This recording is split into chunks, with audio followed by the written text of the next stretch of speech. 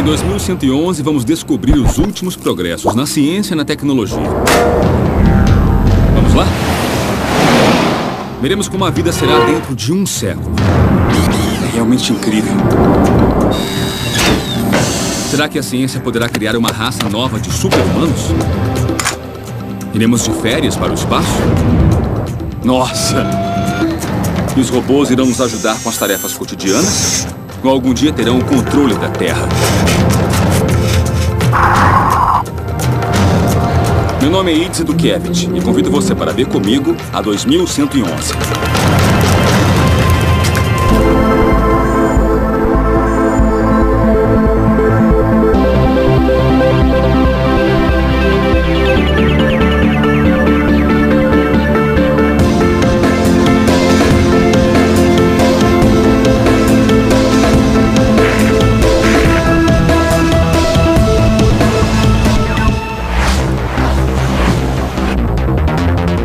Neste episódio, pesquisarei sobre segurança e prevenção do crime, tecnologias biométricas, técnicas forenses e medidas de prevenção que tornarão as nossas vidas mais seguras.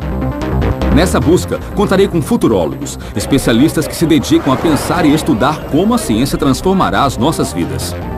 Teremos tecnologias perigosas que vão estar ao nosso alcance, sobre as quais precisaremos tomar decisões morais para desenvolver uma prevenção melhor do crime. São tecnologias poderosas que também podem ser usadas por bioterroristas para reprogramar vírus e torná-los mais letais, contagiosos e criar uma super-arma. É uma faca de dois gumes. Na verdade, eu não acredito que o mundo esteja menos seguro, e sim o contrário. Mas o que está em jogo é uma coisa cada vez maior. Hoje, a melhor proteção que a polícia pode ter é seu colete à prova de balas. Feito com um dos materiais mais resistentes que o homem conhece, chamado Kevlar. O Kevlar é uma fibra sintética 5 vezes mais forte que o aço, desenvolvida no fim dos anos 60. Ao sair da arma, a bala atinge cerca de 500 km por segundo. Quando um projétil se choca no colete de Kevlar, o material é feito para receber e dissipar a energia do impacto, assegurando que a bala não cause ferimento. Infelizmente, apenas isso não basta. Embora o colete aumente as chances de sobrevivência, a bala ainda pode causar enormes danos internos. Por sorte, um pesquisador em Utah está desenvolvendo um material mais eficiente e mais resistente, e que vem da natureza: a teia de aranha. Nesta viagem rumo ao futuro da ciência e da tecnologia, conhecerei 2 heróis bem peculiares que ajudarão em nossa proteção pessoal e na luta contra o crime. São eles, uma cabra e uma aranha.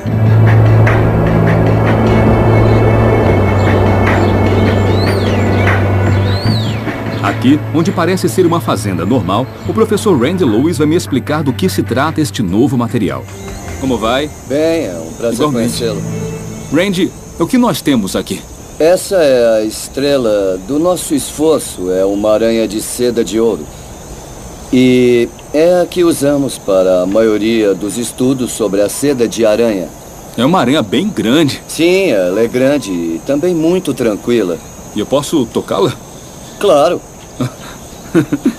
Ela faz cócegas. Dá para ver o rastro que vai deixando como uma trilha de seda. Esse é o material mais resistente que existe, natural ou sintético. Aranhas como essa tecem suas teias com seda há pelo menos 140 milhões de anos. Entretanto, nós humanos trabalhamos com a seda proveniente de larvas há milênios. A teia de uma aranha é infinitamente mais fina e muito mais forte, e é obtida graças a uma cadeia de proteínas produzida no abdômen. O problema é que é muito difícil produzir a seda em larga escala, porque esse tipo de aranha não tem capacidade para isso. Por quê? Elas são territoriais e canibais, e se colocar várias juntas, elas vão se matar até ficar um território para cada, em que elas se sintam à vontade. É preciso criá-las separadamente e isso não seria comercialmente viável. A resposta para a produção em massa da teia de aranha está em um animal nada óbvio: a cabra. O professor Lewis decidiu clonar os genes que a aranha usa na produção da proteína que gera essas fibras e introduzi-los nas cabras. Essas cabras que parecem tão normais são na realidade um cruzamento genético entre cabras e aranhas. Randy Lewis precisa ordenhá-las para obter seu valioso leite aracnídeo.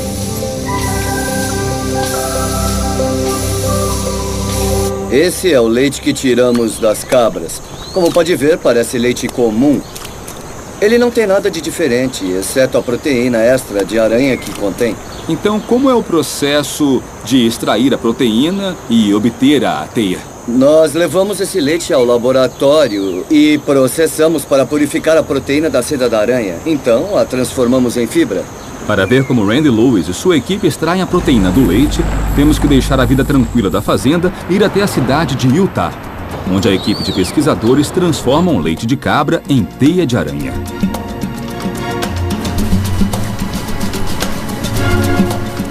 E o que temos aqui, Randy? Esse é o passo mais importante. Assim que purificamos a proteína do leite, nós a redissolvemos e começamos a afiar as fibras.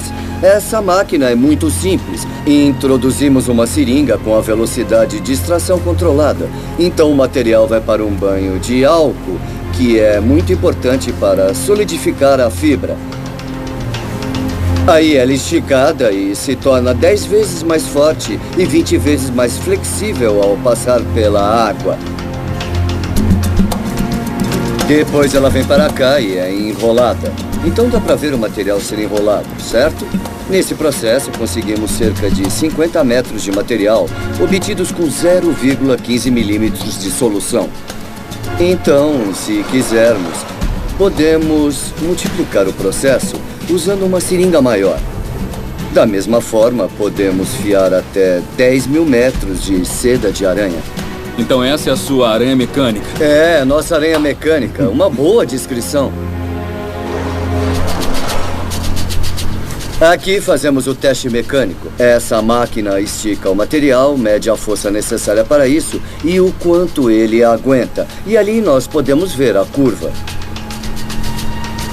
Então é aqui que comprovamos que isso é mais forte que o Kevlar? Exato, ou mais elástico que o nylon. Se você observar a seda de aranha, vai ver que as fibras são bem finas, só 1/5 da espessura do cabelo humano. Nos testes de laboratório, comparamos com algo de tamanho similar. A forma mais simples de entender a resistência da seda é pensar em um cabo de 2,5 cm de diâmetro, que é capaz de parar um Boeing que aterriza sobre um porta-aviões.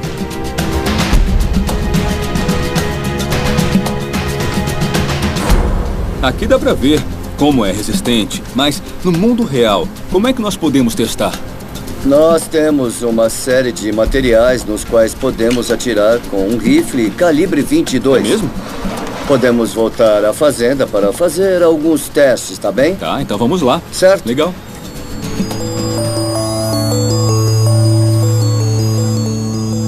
Para comprovar o que fizemos no laboratório, veremos a resistência do material aos disparos. Isso tem 9 camadas bem finas de um pequeno polímero. Vamos comparar a outro igual, só que desta vez com uma lâmina fina de seda de aranha entre uma camada e outra. Tá certo. Usaremos gelatina balística para ver o impacto que nós causamos. A gelatina imita a massa do corpo humano e, bem, nos dá uma ideia do quanto a bala consegue penetrar dentro deste material. Tá bom. Então, vamos ver. Tá bem. Nessa imagem é possível vermos o disparo. A bala atravessa o material e entra na gelatina. O que aconteceu, Randy? Aqui nós vemos que a bala perfurou a gelatina e ficou cerca de 2 centímetros da base. Então ela penetrou e avançou em torno de 10 centímetros e ficou lá dentro. Agora testaremos o mesmo polímero, mas com a proteína de seda entre as camadas. Tá bom, então a teia de aranha no meio dessas camadas. Exato, há uma lâmina fina de proteína de seda entre cada camada. No disparo sobre a placa que contém teia de aranha no interior, o resultado é totalmente diferente.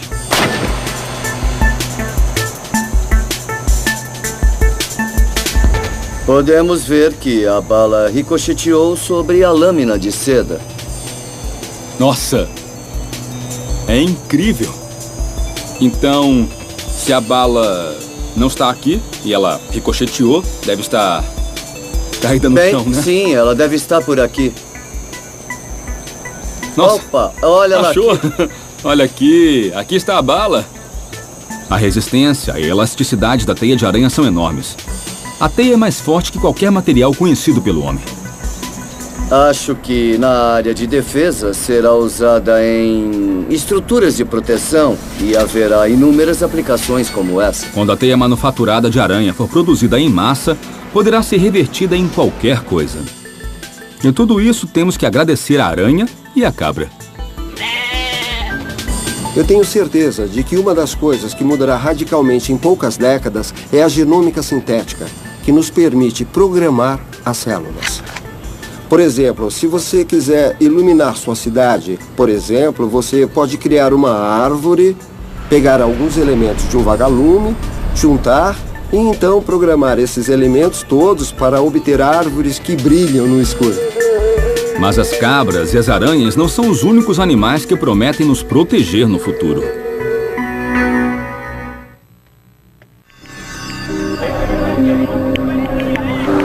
A modificação genética para produzir teia de aranha pode até ser a melhor forma de proteger os nossos corpos.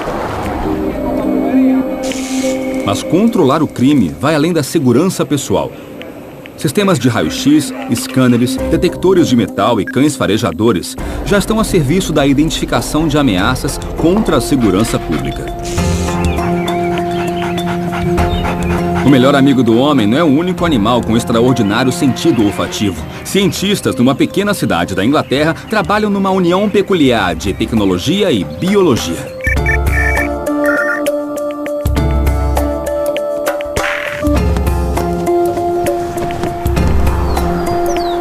Na Grã-Bretanha, a 1 hora de Londres, o grupo de pesquisas InSentinel está treinando abelhas na luta contra o crime. O projeto consiste em prepará-las para serem abelhas farejadoras. As abelhas se diferenciam na natureza pelo olfato e pela memória, o que as ajuda a encontrar e recordar onde acharão o néctar das flores. Os cientistas da InSentinel decidiram utilizar essas capacidades para criar um sistema eficiente de detecção olfativa para substâncias ilegais. Abelhas são extremamente sensíveis. Conseguem detectar até 78 partes por trilhão. São tão boas ou melhores que cachorros. 78 partes por trilhão é... Só para ter uma ideia, por exemplo, é como uma gota de água em 20 piscinas olímpicas. É muita coisa. Essas abelhas são criadas em colmeias como quaisquer outras, mas não preparadas para produzir mel. São treinadas em laboratório para serem as próximas ferramentas na prevenção do crime. Treinar uma abelha, ao contrário do que parece, é simples, até mais do que um cachorro. Treinar um cachorro leva 6 meses.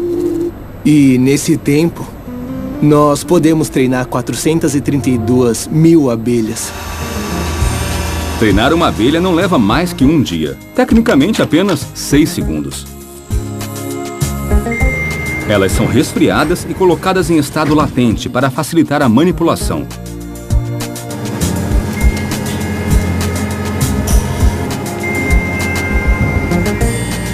Em seguida, vão para pequenas cápsulas. E já estão prontas para começar o treinamento. Então, elas cheiram a substância que devem reconhecer e são recompensadas com água adoçada. Usamos o clássico reflexo condicionado de Pavlov. Ensinamos as abelhas a associar o cheiro da droga ou explosivos com a recompensa de água adoçada. E diante da evidência, elas vão lembrar. A abelha expor a língua é a reação que buscamos. Usamos o reflexo de extensão da probóscide. Toda vez que são expostas a explosivos, colocam a língua para fora, antecipando o alimento. e podemos medir essa resposta.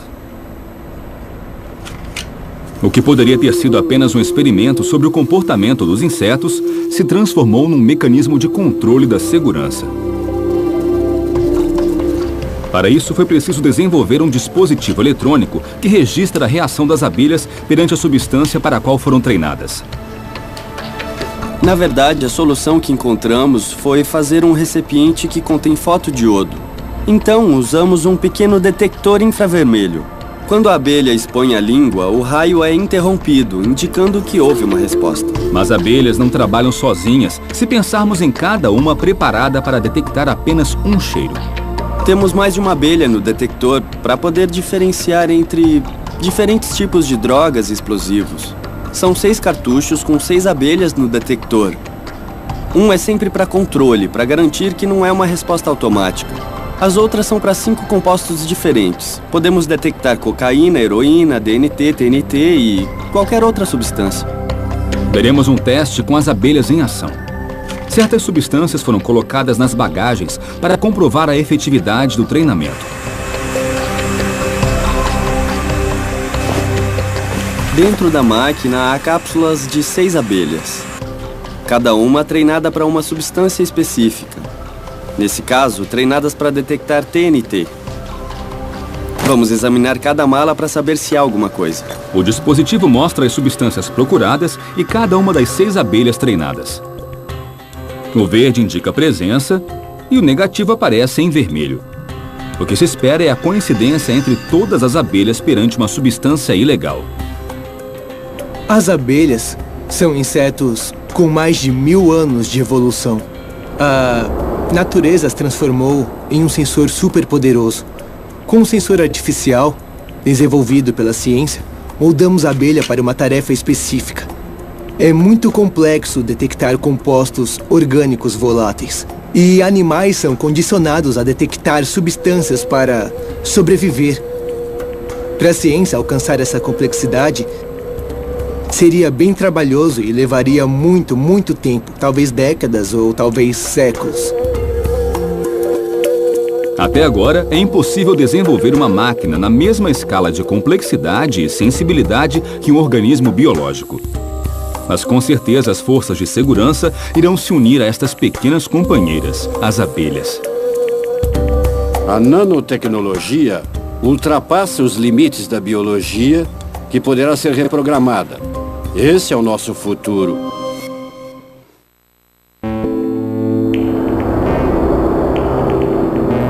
No futuro, nossas fronteiras estarão mais protegidas graças a sistemas que combinam novas tecnologias com as maiores virtudes da natureza. Mas há um mundo que compartilhamos e que não possui fronteiras.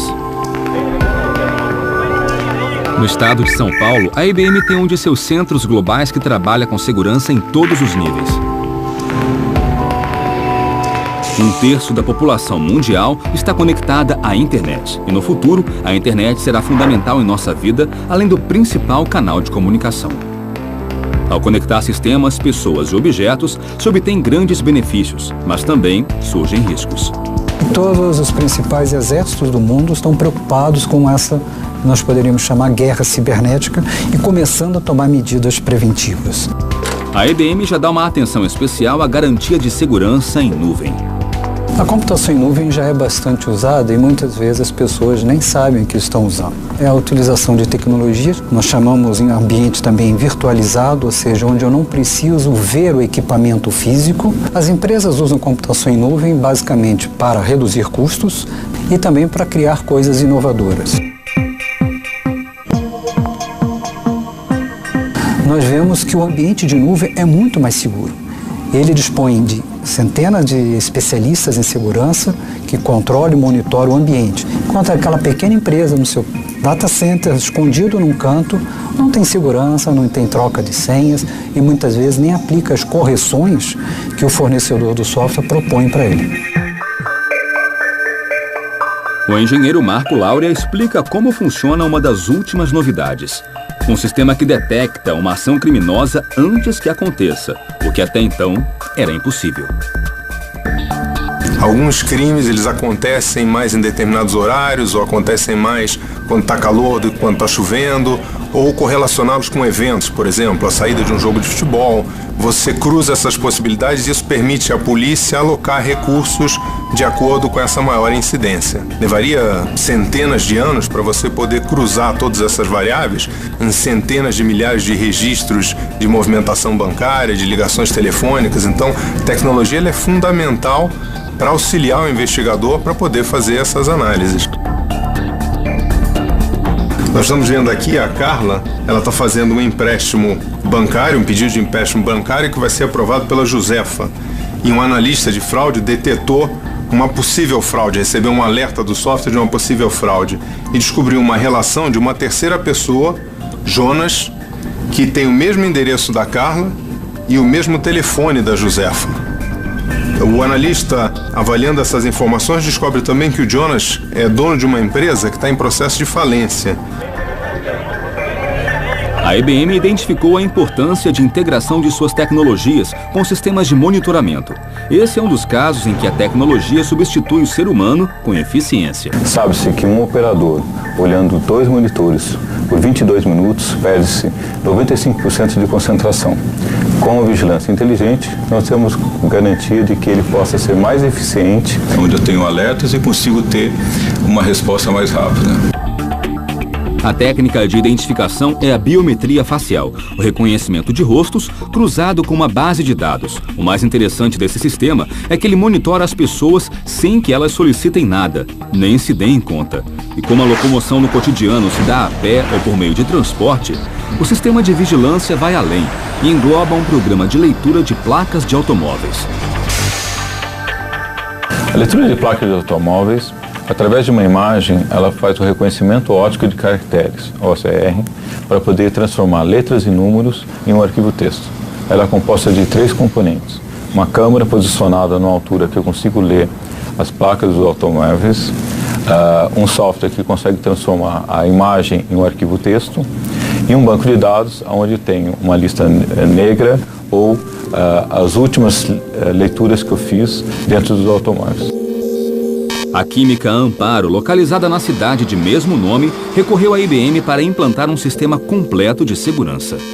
A vigilância inteligente mudou vários aspectos da Química Amparo. Inicialmente mudou o comportamento dos operadores de câmeras da empresa, pois em caso de necessidade de uma auditoria posterior, é muito mais confiável, permitindo identificação de faces, placas, objetos que possam ser oportunamente pesquisados a fim de uma solução compatível com a necessidade da empresa.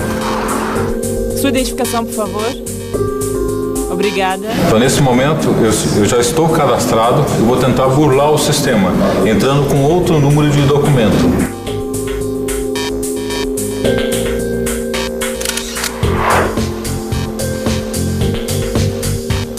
Uma vez que eu entrei o documento, ela digitou o CPF, está dando restrição de acesso. Eu estou não autorizado a entrar na empresa.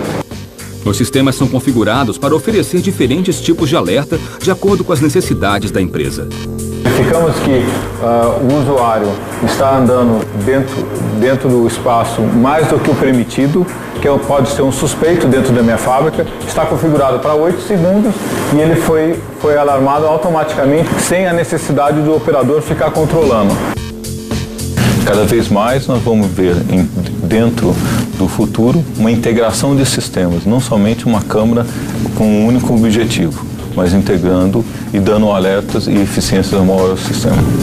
No mundo do futuro, o real e o virtual irão se unir para uma segurança garantida. Será uma evolução. Pensem na inteligência artificial como preditiva. Poderemos prever um crime, prevenir antes que o delito seja cometido, prevenir antes que roubem um banco ou que alguém seja ferido, incorporar a tecnologia de drones, de vídeos e também de ecolocalização. Vai resultar em um mundo completamente diferente. Vivemos em um mundo interconectado. Estar conectado já faz parte da nossa vida, mas será ainda mais. A nuvem é o espaço de armazenamento que possibilita a pessoas e empresas não se preocuparem com o local onde guardar suas informações virtuais. Para garantir que a nuvem seja segura, os softwares não podem ser vulneráveis. Para prevenir esses riscos, a IBM criou o X-Force, uma divisão que analisa constantemente as ameaças da rede. O X-Force conta com uma base de 60 mil brechas de segurança. Esse sistema mantém a base atualizada com um programa de verificação global e barreiras para spams internacionais. A IBM acredita que o X-Force seja a melhor solução para a segurança na nuvem, hoje e no futuro que ainda está por vir.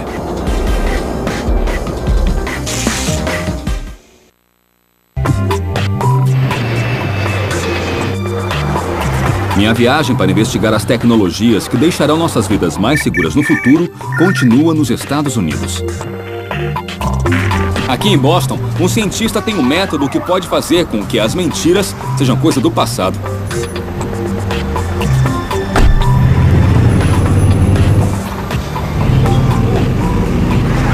O Dr. Stephen Laken afirma que mentiras podem ser diagnosticadas como doenças. Não no sentido patológico, mas graças a análises médicas. Baseado nessas premissas, ele criou um detector de mentiras com 97% de efetividade comprovada. Através da imagem por ressonância magnética, mentiras podem ser detectadas.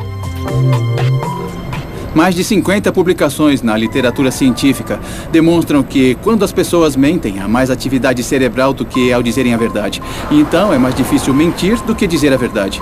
É necessário controle para suprimir a resposta honesta, transmitir algo falso e ainda ser convincente. Vemos que áreas bem específicas do cérebro são mais ativadas quando alguém mente do que quando ela está dizendo a verdade. O detector de mentiras, conhecido popularmente, analisa o medo ou o estresse, mede reações corporais, frequência cardíaca, pressão arterial, frequência respiratória e transpiração. Também é possível medir a dilatação das pupilas de pessoas interrogadas, respostas físicas a estímulos emocionais.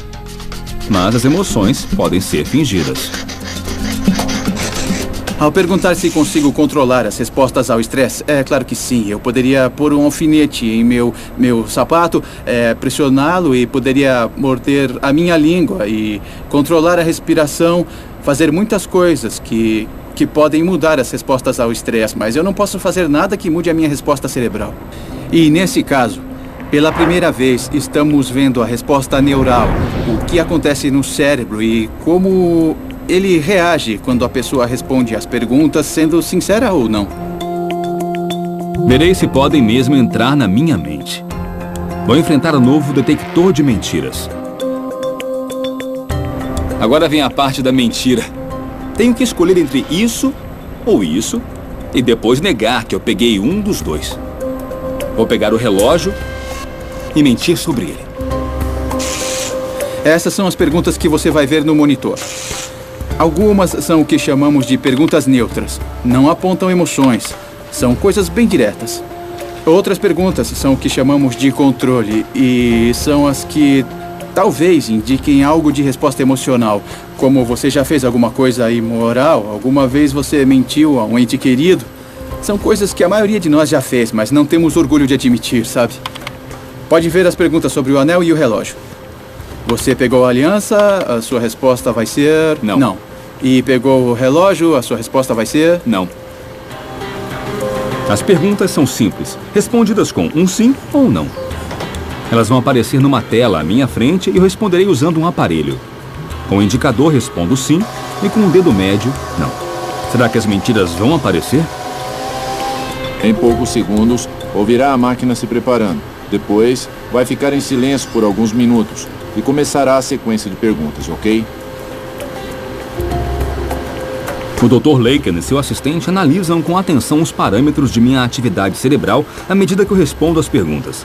Eles estabelecem um padrão de movimento para as respostas que sabem ser verdade e as que não são. O scanner fotografa o meu cérebro a cada 3 segundos.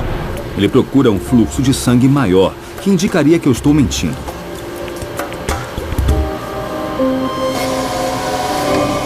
O teste acaba. Chegou o momento da verdade, mas agora para o novo detector de mentiras. Essas são todas as perguntas que fizeram sobre o anel, sobre o relógio, as neutras, as de controle, e essa grande lista aqui mostra o resto das perguntas, certo? Aqui vemos a resposta cerebral, as perguntas sobre o anel comparadas do relógio. E as áreas em laranja e vermelho mais ou menos ativas em certas partes. Lembra que quando as pessoas mentem, a atividade cerebral aumenta? Isso mostra que houve bem mais atividade nas perguntas do relógio do que nas do anel. E ao escanear isso, ao observar a parte superior e inferior, pode ver que há mais atividade relacionada ao relógio do que a do anel. E quando olhamos para isso, podemos dizer que sabe do relógio e que está mentindo sobre ele. Então, diria que eu peguei o relógio. Diria que pegou o relógio. Eu sou um péssimo mentiroso. Tá aqui o relógio. Parabéns. Obrigado. Para o Dr. Lacan, um futuro mais justo nos aguarda se formos capazes de detectar mentiras. E a evolução do novo detector tem tudo para ir além. Esse tipo de imagem cerebral prediz se alguém pode ter determinado comportamento no futuro ou não. E também assusta pensar que uma pessoa pode ser escaneada. E com isso mostrar que é propensa a realizar uma ação no futuro. Esse tipo de tecnologia é possível. No futuro poderemos investigar o cérebro de alguém, ver as conexões e os padrões de informação armazenados no córtex cerebral, ver as ideias que tem, as lembranças, toda a personalidade.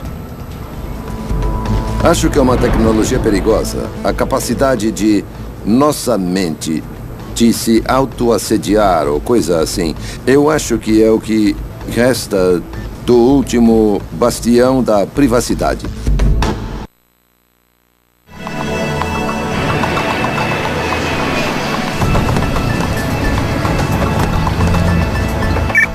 A próxima pista me leva para São Paulo, a maior cidade da América do Sul. Desde 2011, as forças de segurança incorporam uma nova ferramenta contra o crime. Um dos maiores problemas para a polícia hoje em dia são lugares como esse, estádios lotados com milhares de fanáticos. O Brasil é um país que se prepara para 2 grandes eventos esportivos e a chegada de muita gente. Por isso, profissionais da segurança e cientistas locais desenvolvem dispositivos com tecnologia não letal. Aqui no Brasil estamos nos preparando para receber pessoas do mundo todo para a Copa do Mundo de Futebol e também para as Olimpíadas. São pessoas que vêm participar de uma festa. A ideia é deter assaltantes sem machucar ninguém e que a polícia atue sem disparar um tiro. A tecnologia se encarrega de oferecer ferramentas e armas para nos defendermos e sem causar nenhum dano. A evolução das armas não letais, eu acho que isso é inevitável. Toda a tecnologia que alcançamos com materiais novos, a nanociência e a neurociência, não deve ser invasiva, mas servir de controle. Nós estamos nos preparando nessa área de tecnologia não letal, desenvolvendo produtos para atender as pessoas do mundo todo, ou seja, um produto multicultural que possa ser utilizado em qualquer tipo de ambiente sem causar danos para essas pessoas, né? E esse produto ou produtos dessa natureza que são novos para conter apenas o agressor e deixar com que o restante do público participe da festa, do evento, é muito importante. No Brasil, as armas não letais são desde o cachorro, que é utilizado pela polícia, armas de choque, spray de pimenta, bala de borracha, espargidores de gás lacrimogêneo também. São armas mais comuns utilizadas no Brasil. A grande desvantagem de um spray lacrimogêneo, um gás de pimenta, é que todas as pessoas que estão envolvidas, estão próximas, são atingidas. Há problema respiratório, problema de asfixia postural, onde a pessoa chega a ter desmaios.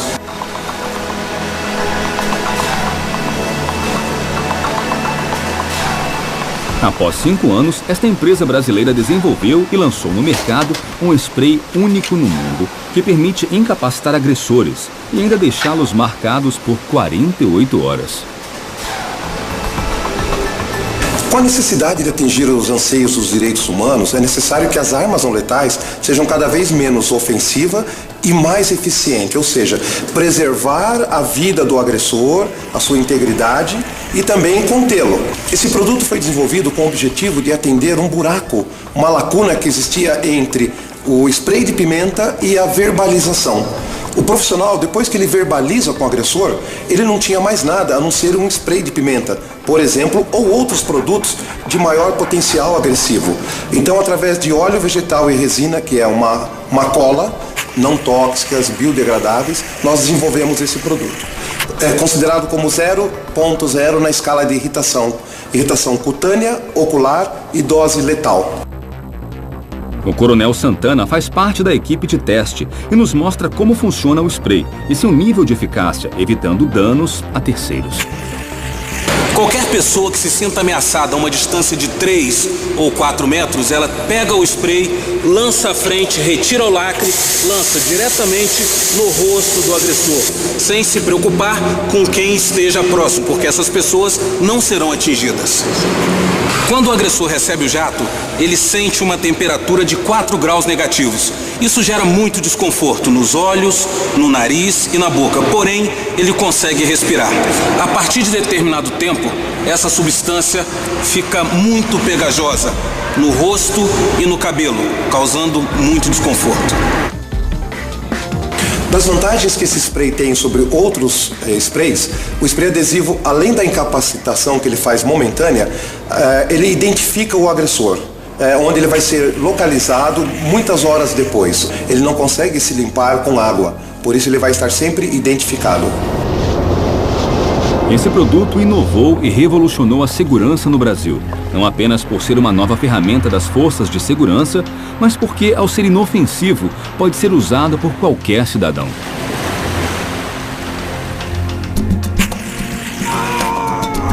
No Brasil, as armas não letais são utilizadas por profissionais de segurança pública ou privada, as polícias. No Brasil, uma pessoa comum não pode adquirir armas não letais. Esse produto foi desenvolvido para qualquer tipo de pessoa. Seja um idoso, seja um policial, uma pessoa comum pode usar esse produto. Ele vai conseguir o efeito de imobilizar essas pessoas temporariamente e poderá sair do local.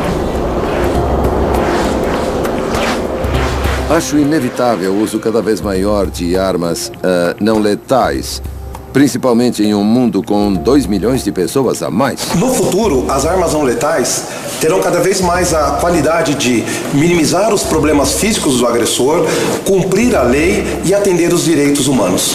Esse é o nosso objetivo. Coisas simples, como os sons agudos ou aqueles cheiros repugnantes, acabarão sendo usados na guerra, no lugar de balas. Sei que parece ficção científica, mas acredito em um futuro assim, e a importância disso seria poder acabar com uma guerra em um instante.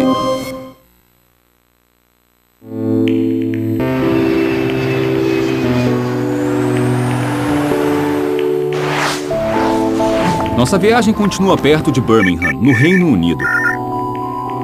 A Red Web Technologies se tornou a mais inovadora empresa provedora de sistemas de segurança do país. E é chamada de marca forense. Mick Kitt já fez parte de diversas forças de segurança. E hoje é chefe de projeto dessa empresa que desenvolveu uma ferramenta de última geração para solucionar o maior problema com o qual se deparam os sistemas judiciais e as forças de segurança no mundo todo. O mais difícil para prender um criminoso é associá-lo à cena do crime ou incidente. É o mais difícil porque o delinquente sempre nega a participação no delito. O maior desafio para a polícia é levar o criminoso ao sistema judiciário e conseguir provar irrefutavelmente o caso contra ele. Esta empresa lançou no mercado um sistema que utiliza tecnologia molecular para marcar e procurar criminosos e evidências. A tecnologia de marcação de transgressores está no produto Century 500, um aerosol colocado escondido no teto falso do lugar, como uma loja ou banco. A unidade não é visível ou parece um bocal pequeno para quem olha para cima. Os delinquentes não sabem o que é. Se invadirem um lugar ou qualquer instalação, ficarão marcados com uma substância liberada por um botão de pânico, por um chaveiro que os funcionários podem ter para ativar o sistema. Além do produto ser invisível ao criminoso, cada dispositivo esguicha um código molecular único que só pode ser associado ao lugar onde o delito foi cometido. Assim, se cria uma evidência irrefutável de que o delinquente esteve ali. A evidência é muito contundente. Não há como o criminoso corromper a prova, já que ela é biológica, ela é orgânica. E não é possível reproduzir ou modificá-la de forma nenhuma. A substância que utilizamos não desaparece com o tempo. Por ser orgânica, dura indefinidamente. Teoricamente, milhões de anos, se não for achada. No caso de um delito, a evidência é recuperada, analisada e tem o código encontrado, que é comparado com o código provido pelo laboratório. Até um ponto no tempo, a data registrada, a localização e o proprietário. É totalmente autenticado.